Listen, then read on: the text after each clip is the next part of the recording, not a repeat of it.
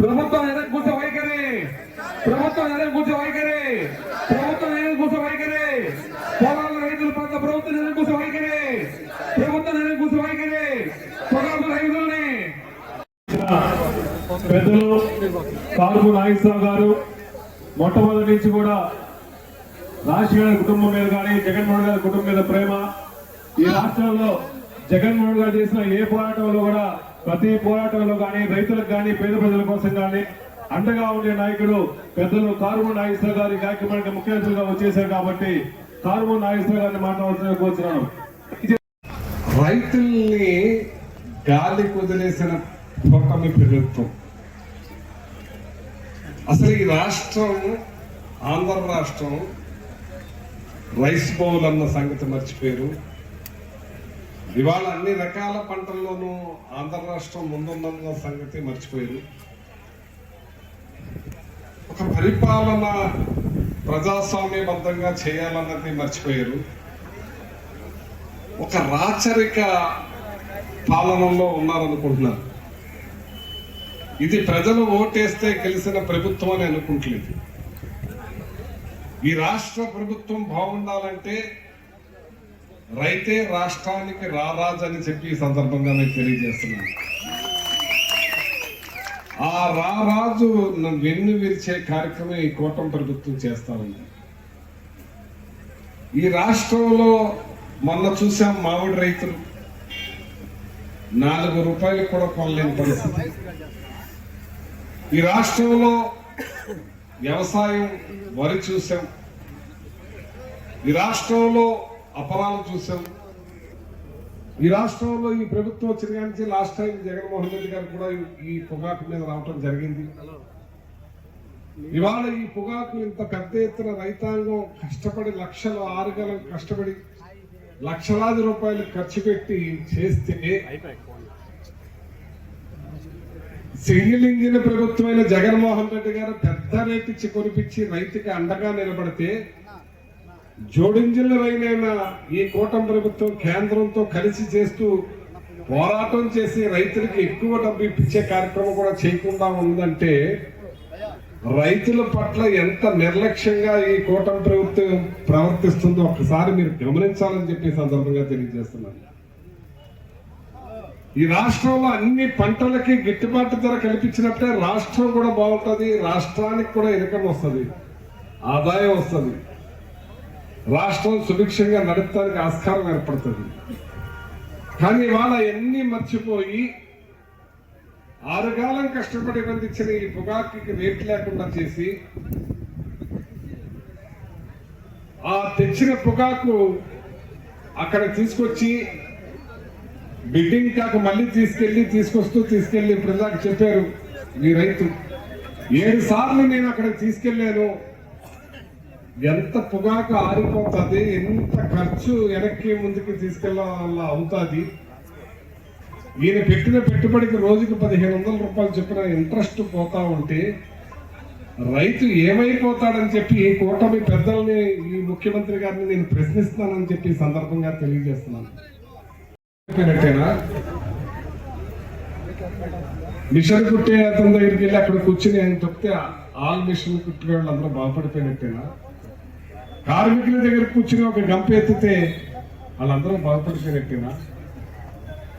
మీరు అది మాని మీరు అధికారులతో ముందు కూర్చుని మీ కేంద్ర ప్రభుత్వంతో కూడా మాట్లాడి ఈ రైతులకి ఆదుకోవాల్సిన అవసరం ఉంది. ఈ రోజున మీరు ఇంత రైతాంగం ఇక్కడికి వచ్చారంటే కడుపు మంటతో వచ్చారని చెప్పి సందర్భంగా నేను తెలియజేస్తున్నా. ఈ రకంగా రైతుని కష్టపెట్టి రైతుని హింసిస్తే, రైతుని బాధ పెడితే, ఆ రైతుకి అండగా నిలిచిన కూలీలు బాధపడితే ఆ కూలీలకి వీళ్ళు అమ్మకుండా డబ్బు ఎక్కడిస్తారు? ఆ కూలీలు కడుపు మంటతో రైతు డబ్బులు ఎప్పుడు అమ్ముకుని పట్టుకొచ్చి ఇస్తాడా అని ఎదురు చూస్తూ వాళ్ళ ఇంటికాడ కూర్చుంటే, ఈ రైతు అమ్ముకోలేక ఆ డబ్బు ఇవ్వలేని పరిస్థితిలో ఇంటికి వెళితే వాళ్ళు ఎదురు చూస్తా ఉంటేనంటే ఎంత బాధపడుతున్నారని చెప్పి ఈ సందర్భంగా మీకు మనం చేస్తున్నాను. ఒక్కసారి ఆలోచించండి ముఖ్యమంత్రి గారు, ఈ రేషన్ ఎంత వరకు వెళ్ళందో, రైతు కష్టపడి అప్పులు చేసి పండించిన పంట అమ్మినప్పుడే అతను ఇంట్లో పెట్టుకుంటాడు, ఆ కూలీలకు ఇచ్చుకుంటారు, ఆ కూలీలు షాపుల వాళ్ళకి ఇచ్చుకుంటారు, కొనుక్కుంటారు, తింటారు. చైన్ ఆగిపోతుంది కదా.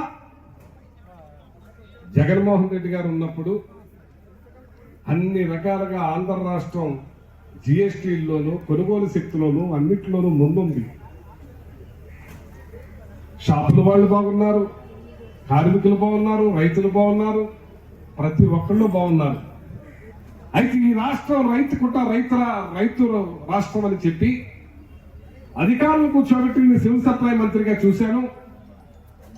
ఫస్ట్ ఈ క్రాప్ చేసి ఆ ఈ క్రాప్ ద్వారా ఇన్సూరెన్స్ కట్టి ప్రభుత్వమే జగన్మోహన్ రెడ్డి గారు పండిన పంట బాగా వస్తే సరే, లేకపోతే నష్టపరిహారం.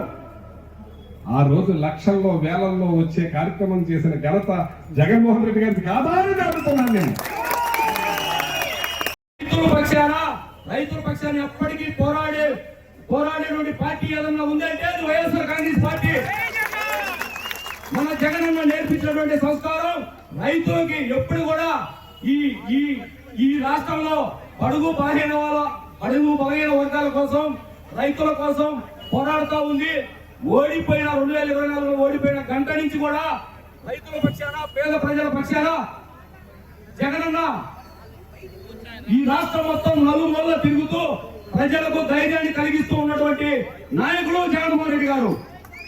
అదే పాటలో మన జిల్లాలో ఉన్నటువంటి వైఎస్ఆర్ కాంగ్రెస్ పార్టీ పెద్దలందరూ కూడా అండగా నిలబడుతూ మన జిల్లాలో జరుగుతూ ఉన్న ఏ సమస్యలు కూడా ఎక్కడ కూడా మన జిల్లా అధ్యక్షుల ఆధ్వర్యంలో ప్రతి ఒక్కరు కూడా మన కార్యకర్తలకు కానీ, రైతులకు కానీ, పేద పడుగు బలహీన వర్గాలకు కానీ అందరూ కూడా అండగా ఉంటా ఉన్నారు.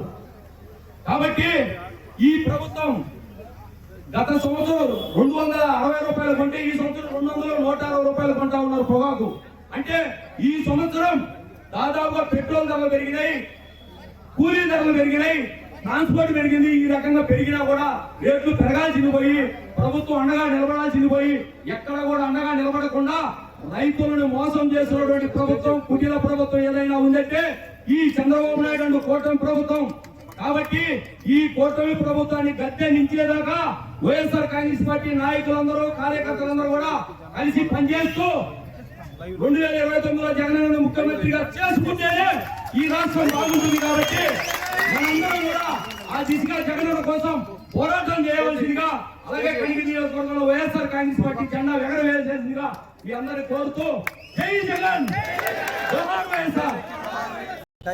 రైతులకి పొగాకు గిట్టుబాటు ధర కల్పించాలని వైఎస్ఆర్ కాంగ్రెస్ పార్టీ ఆధ్వర్యంలో ఈ రోజు జిల్లా అధ్యక్షులు ఇచ్చినటువంటి ఈ యొక్క కార్యక్రమాన్ని మన యొక్క నియోజకవర్గ కరీంనగర్ నారాయణ గారి యొక్క అధ్యక్షతన ఈ రోజు ఎంత బాగా బ్రహ్మాండంగా ఈ కార్యక్రమం జరుగుతుంది. ముఖ్యంగా ఈ రోజు తక్షణమే ప్రభుత్వము మార్కెట్ ను రంగంలోకి దించి రైతులందరూ కూడా సగటున 250 రూపాయల కిలోకు తగ్గకుండా ఈ రాష్ట్ర ప్రభుత్వం గిట్టుబాటు ధర కల్పించాలి.